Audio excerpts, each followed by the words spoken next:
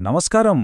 మన రాజకీయాల్లో కొన్ని మాటలు పదే పదే వినిపిస్తూ ఉంటాయి కదా, మరి వాటి అసలు అర్థమేంటి, వాటిని ఎలా వాడుతున్నారు? ఈరోజు సీతారాం గోయల్ తన పుస్తకంలో చేసిన వాదన ఆధారంగా భారతదేశ రాజకీయ చర్చను కొన్ని పదాలు ఎలా శాసిస్తున్నాయో, వాటి అర్థాలు ఎలా వక్రీకరణకు గురయ్యాయో పరిశీలిద్దాం. మనం ముందుకు వెళ్లే ముందు ఒక ముఖ్యమైన విషయం. ఈ విశ్లేషణలో మనం చెప్పబోయే ప్రతి మాట, ప్రతి వాదన పూర్తిగా సీతారాం గోయల్ పుస్తకం నుంచే తీసుకున్నది. ఆయన సిద్ధాంతాన్ని మనం కేవలం ఇక్కడ వివరిస్తున్నామంతే. ఈ కథను జాతీయ నాయకుడు జయప్రకాశ్ నారాయణ్ అన్న ఈ ఉద్రిక్తమైన వాక్యంతో మొదలుపెడదాం. ఈ ఒక్క మాట రచయిత తన జీవితంలో ఎదుర్కొన్న ఒక పెద్ద గందరగోళానికి నాంది పలికింది. అసలు నారాయణ్ గారు ఎందుకంత ఆశ్చర్యపోయారు? విషయమేంటంటే, రచయిత సీతారాం గోయల్ జయప్రకాశ్ నారాయణ్ గారికి కార్యదర్శిగా పనిచేస్తున్న రోజుల్లో ఒకసారి ఆయన్ని ఒక ఆర్ఎస్ఎస్ శిబిరానికి వెళ్లమని సలహా ఇచ్చారు. అంతే, ఆ ఒక్క సలహాయే వాళ్ళిద్దరి మధ్య ఒక పెద్ద చర్చకు దారితీసింది. దానికి గోయల్ ఏమాత్రం వెనక్కి తగ్గలేదు. చాలా సూటిగా నారాయణ్ గారిని సవాలు చేశారు. మీరు మీ స్వంత ప్రజల్లోనే ఒక వర్గం పట్ల ఒక రకమైన సామాజిక అంటరానితనాన్ని చూపిస్తున్నారు. వాళ్లతో ఒక్కసారి కూడా ముఖాముఖిగా మాట్లాడకుండానే ఒక అభిప్రాయానికి ఎలా వస్తారు అని ఆయన వాదించారు. ఇక్కడే కథ ఆసక్తికరంగా మారుతుంది. గోయల్ సలహా మేరకు నారాయణ్ క్యాంపుకు వెళ్లారు. అక్కడ చూసిన క్రమశిక్షణ, కార్యకర్తల నిబద్ధత ఆయన్ని చాలా ఆకట్టుకున్నాయి. కాని ఆయనలోంచి అనుమానమాత్రం పోలేదు. ఇదంతా బాగానే ఉంది, కాని ఇది మరాఠా సామ్రాజ్యాన్ని మళ్లీ తీసుకురావడానికి చేస్తున్న ప్రయత్నం కాదని నేను నమ్మలేకపోతున్నాను అని అన్నారు. అంటే చూసింది నచ్చినా తన మనస్సులో ముందే ఉన్న అభిప్రాయం ఆయన్ని వదల్లేదు. చూశారా, ఒక జాతీయ నాయకుడికే, ఒక జాతీయ ఉద్యమానికి మధ్య ఇంత పెద్ద అగాధం ఎందుకేర్పడింది? ఇక్కడే రచయిత అసలు పాయింట్కి వస్తారు. ఈ గ్యాప్కి కారణం వ్యర్థులు కాదు, సిద్ధాంతాలు కాదు, మనం వాడుతున్న రాజకీయ భాష అని ఆయన తేల్చిచెప్పారు. సో రచయిత తన పరిశోధనలో భాగంగా ముందుగా కొన్ని ముఖ్యమైన రాజకీయ పదాల మీద దృష్టి పెట్టారు. డిక్షనరీలో ఒకలా ఉండే ఈ పదాలు రాజకీయాల్లోకి వచ్చేసరికి వాటి స్వరూపాన్నే ఎలా మార్చుకుంటున్నాయో ఆయన విశ్లేషించారు. రచయిత చెప్పిన ప్రధానమైన వాదన ఇదేనన్మాట.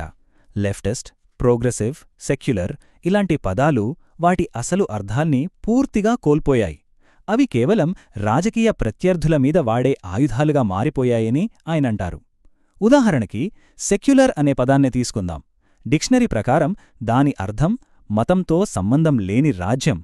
కాని గోయల్ ప్రకారం మన రాజకీయాల్లో దాని అర్థం ఏమైపోయిందంటే, హిందూ గుర్తింపుని పక్కన పెట్టడం, ఇంకా చెప్పాలంటే దాన్ని వ్యతిరేకించడం, అదే సమయంలో ఇస్లాం లాంటి మతాల పట్ల సానుకూలంగా ఉండడం. చూశారా, అర్థం ఎంతగా మారిపోయింది? ఈ సెక్యులర్ ముద్ర వేయించుకోడానికి ఒక హిందువు ఏమేం చేయాలో చెప్తూ రచయిత ఒక పెద్ద, ఇంకా చెప్పాలంటే చాలా వివాదాస్పదమైన లిస్టే ఇచ్చారు. ఇస్లాం గొప్పతనాన్ని పొగడాలి, సూఫీల ఉర్సులకు వెళ్లాలి, అన్ని మత ఘర్షణలకు ఆర్ఎస్ఎస్దే బాధ్యత అని చెప్పాలి. ఇలా చేస్తేనే వాళ్లు సెక్యులర్ అనిపించుకుంటారని గోయల్ తన పుస్తకంలో రాశారు. సరే, ఈ పదాలర్థాలు ఇంతగా మారిపోయాయి అంటున్నారు గదా, అసలు ఈ భాష ఎక్కడిది? దీని మూలాలెక్కడున్నాయి? ఈ రాజకీయ పరిభాష ఎలా పుట్టి పెరిగిందో రచయిత చెప్పిన చరిత్రను ఇప్పుడు చూద్దాం. రచయిత వాదన ప్రకారం ఈరోజు మనం వింటున్న ఈ లెఫ్టిస్టు పరిభాష మన స్వాతంత్ర్య పోరాటం నుంచి పుట్టింది కాదు. ఆయన ప్రకారం దీనికొక క్రమమైన పరిణామముంది. మొదట్లో బ్రిటిష్ ఉదారవాద ఆలోచనల ప్రభావముండేది. ఆ తర్వాత జాతీయవాదులు, మితవాదులు లాంటి పదాలు వచ్చాయి. కాని అసలు మరుపు 1920ల తర్వాత వచ్చింది. లెనిన్ సృష్టించిన సోవియట్ పరిభాష కమ్యూనిస్ట్ పార్టీ ద్వారా ఇండియాలోకి ప్రవేశించింది. చివరికి పండిట్ నెహ్రూ దాన్ని బాగా ప్రచారం చేయడంతో ఇంగ్లీష్ చదువుకున్న మేధావులందరిలో అది పాతుకుపోయిందని గోయల్ వాదిస్తున్నారు. ఇప్పటివరకు బాగానే ఉంది. కాని ఇప్పుడు మనం రచయిత చేసిన అత్యంత వివాదాస్పదమైన వాదన దగ్గరికి వస్తున్నాం. ఆయన ఈ వామపక్ష భాషను కేవలం ఒక రాజకీయ పరిభాషగా చూడలేదు, దాన్ని ఏకంగా ఒక సామ్రాజ్యవాద భాషతో పోల్చారు. అవును, మీరు విన్నది నిజమే. గతంలో ప్రపంచాన్ని ఏలిన సామ్రాజ్యవాద శక్తులు ఎలాంటి భాషనైతే ఉపయోగించాయో, ఈ వామపక్ష భాషలో కూడా అలాంటి లక్షణాలే ఉన్నాయని రచయిత వాదిస్తున్నారు. అసలు ఆయన దృష్టిలో సామ్రాజ్యవాద భాష అంటే ఏంటో, దాని లక్షణాలేంటో ముందు చూద్దాం. ఒక భాషను సామ్రాజ్యవాద భాష అని చెప్పడానికి రచయిత కొన్ని కొలమానాలు పెట్టారు.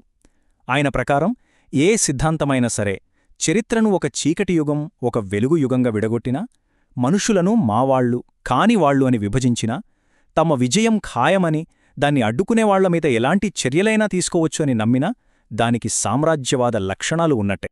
ఇప్పుడు రచయిత తన ఫ్రేమ్వర్క్ని ఉపయోగించి ఇస్లామిక్, క్రిస్టియన్ మరియు కమ్యూనిస్టు సిద్ధాంతాలను ఎలా పోల్చారో చూడండి. ఆయన ప్రచారం ఈ మూడు కూడా ప్రపంచాన్ని తమవాళ్లు కానివాళ్లుగా విభజిస్తాయి. ఉదాహరణకు, ఇస్లాంలో మోమిన్లు, కాఫిర్లు, క్రైస్తవంలో విశ్వాసులు, అన్యమతస్థులు, ఇక కమ్యూనిజంలో శ్రామికులు, బూర్జువాలు.